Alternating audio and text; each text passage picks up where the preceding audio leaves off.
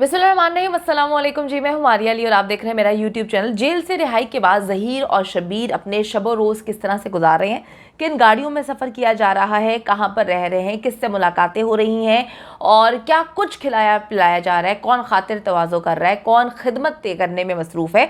अपनी माँ नूर बीबी और शब्बीर अपनी बीवी और बच्चों से लाहौर मिलने के लिए क्यों नहीं जा रहा, किससे उसको मना किया है, किसने कहा है कि अगर तुम लाहौर लैंड करोगे तो वहाँ पर धर लिए जाओगे, तुम गायब कर लिए जाओगे। और नूर मुनीर नौकरी पर क्यों नहीं जा रही, ऐसी कौन सी नौकरी है जो पिछले 5 महीने से जो है अजीबो गरीब तरह से इन लोगों को छुट्टियां दे रहे हैं। ये भागते हैं और महीनों महीनों की छुट्टियों पे जाते हैं, उस यूनिवर्सिटी का नाम इस्तेमाल करते हैं। तो ये नौकरी पे आखिर क्यों नहीं जा रही और इसकी जो ऐसी कौन सी नई सगी रिश्तेदार है जिसने इसको अपने घर पर जो है छुपने के लिए पैगाम भी पहुंचा दिए। तो वीडियो को आखिर तक ज़रूर देखिएगा ताकि आपको इल्म हो सके कि किस तरह से पुलिस ने इस केस को ख़राब किया, पुलिस किस तरह से प्रोटोकॉल्स दे रही है, पुलिस किस तरह से इनकी हिफाजत कर रही है, पुलिस किस तरह से इनको अयाशियाँ करवा रही है और पुलिस क्यों नहीं चाहती थी कि ये जो है वो जेल में रहें। हर हाल में हम सी क्लास जैसा चालान जो है बनाकर रख दें और कहें कि ये केस बनता ही नहीं है। हम ऐसी मिसालें जो है कोर्ट में दें कि ये जो है केस नहीं बनता। इस तरह जो है लड़कियाँ अपनी मर्जी से जाती हैं और सईद रिंद साहब ने वो बयान कब चुपके से लिया जो अदालत में दे दिया, हालांकि ये भी जानते थे कि बच्ची के उस बयान की कोई अहमियत नहीं है।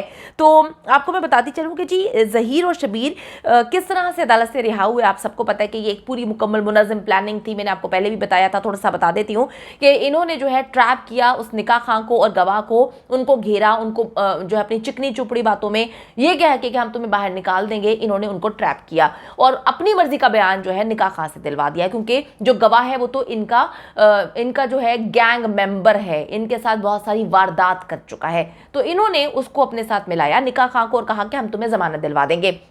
उसकी बेस पे इन दोनों ने जमानत हासिल की, 2-2 लाख रुपए के मचलके जमा करवाए। उसके बाद ये कह दिया दुनिया के सामने कि वो बेचारे गरीब से हैं, मस्कीन, उनके पास तो पैसे नहीं है, तो बेचारी जेल के अंदर ही 1-1 लाख रुपए नहीं देने की उनकी औकात। अच्छा जी, उसके बाद ये दोनों बाहर निकल के आते हैं। अगले दिन जी 2-2 लाख रुपए के मचलके जमा करवा दिए जाते हैं और जिस शान से ये अंदर जाते हैं, क्योंकि बेगैरत लोग हैं ना, उसी शान से बाहर निकल के आते हैं। मैंने आपको बताया था कि जिस दिन इनको रिहाई मिली उस दिन जब ज़हीर का भाई जो शब्बीर है उसको लेकर आया जा रहा था, उसके जेस्चर्स बहुत अलग थे।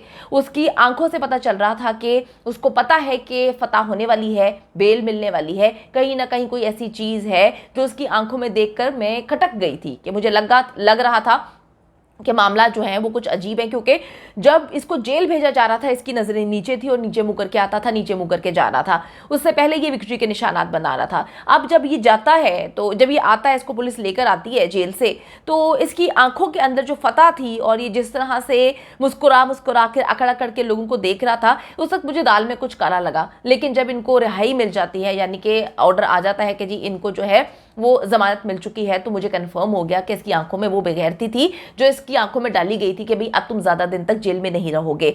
अच्छा जी, अब इनको वहां से लेकर जाया जाता है। वहां से इनको जी किस तरह से लेकर जाया जाता है, आप देखें कि ज़हीर और शब्बीर जेल से रिहा हो चुके हैं, लेकिन अगर हम सिंध पुलिस की बात करें तो पैसों की गुलामी से वो अभी तक रिहा नहीं हो पाए। उनको पता है कि इन दोनों को प्रोटोकॉल सिक्योरिटी, इनकी खातिर तवाज़ो करने में बहुत ज़्यादा पैसे जो है मिलेंगे, तो इन दोनों को इन्होंने वीवीआईपी प्रोटोकॉल दिया। अच्छा जी, ज़हीर और शब्बीर की रिहाई के बाद उन्हें एसयूवी में बिठाकर कराची के पोश तरीन इलाके यानी कि डिफेंस में लेकर जाया जाता है और वहाँ पे इनकी रिहाइश का, वहाँ पे इनकी कुछ मीटिंग्स का इंतज़ाम किया जाता है। कुछ खुफिया मीटिंग्स वहाँ पे करवाई गई और इनकी यही कोशिश होती है कि वो ऐसे फ्लैट्स को अरेंज करें जहाँ पर जो है कैम नहीं लगे हुए, बिल्डिंग में आना जाना, कौन आ रहा है कौन नहीं आ रहा, वहाँ पर कैमरे नहीं लगे हुए, ताकि जो है सीसीटीवी बाद में फुटेजेस निकलवा के लोग देख ना पाएं कि ज़हीर और शब्बीर से मुलाकात करने कौन आया है। इनको जी पोश इलाके में लेकर जाया जाता है, वहाँ पर इनका कुछ घंटों के लिए जो है इंतज़ाम किया जाता है और आपको पता है डिफेंस में बड़े ज़बरदस्त किस्म के फ्लैट्स हैं, महंगे भी हैं,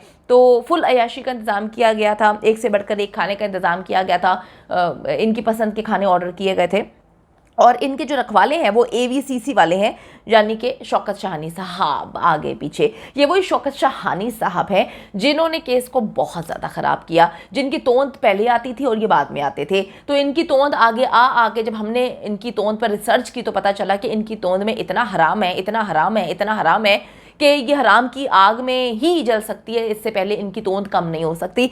तो ये वही एवीसीसी है, मैं थोड़ा सा आपको बता दूं, जिसके दफ्तर में बैठ के ज़हीर साहब गुंडे बन गए थे और बैठकर जो है मेहदी अली काज़मी को डराने धमकाने वाले मैसेजेस कर रहे थे और उनको कह रहे थे कि यहाँ पे आज मुलाकात करते हैं, मामले को ख़त्म करो। उनकी बेटी की तस्वीर, अजीबोगरीब किस्म की तस्वीर इसी AVCC के दफ्तर में बैठकर ज़हीर साहब भेजा करते थे। तो अभी जो रखवाले हैं वो AVCC वाले हैं और शौकत शाहानी तो किसी तारुफ के मोहताज नहीं है। मैं कहती हूँ कि ये वही शौकत शाहानी है जो चाहता था कि केस का C क्लास चालान पेश हो, केस ख़त्म हो जाए और जो है मेरी जितनी कमिटमेंट हुई है, मैं जितना पैसा इस केस से कमाना चाहूँ, उसने कोशिश की कि वो इस केस से पैसा कमा लें। अच्छा जी, मैं आपको बताती चलूँ कि SUV आखिर जो है वो किसकी ईमा पर अरेंज की गई, मतलब ऐसा क्या था। ये एक मुजरिम है, यानी कि इन पर इल्ज़ाम है, ये मुल्ज़िमान हैं। चलें जी, मुजरिम अभी नहीं बने लेकिन मुल्ज़िमान तो है ना, जिन पे एक लड़की के अगवा करने के इल्ज़ामात हैं और वो शवाहिद भी मिले हैं। बच्ची माइनर है। मेरी समझ से बालातर है। मैं जब इस बात को सोचती हूँ मेरे सर में दर्द होता है। मैं समझ नहीं पाती कि एक तरफ कानून बनाया गया है सिंध में कि जी 18 साल की उम्र में ही बच्ची बालिग होगी और अपनी मर्जी से शादी कर सकेगी।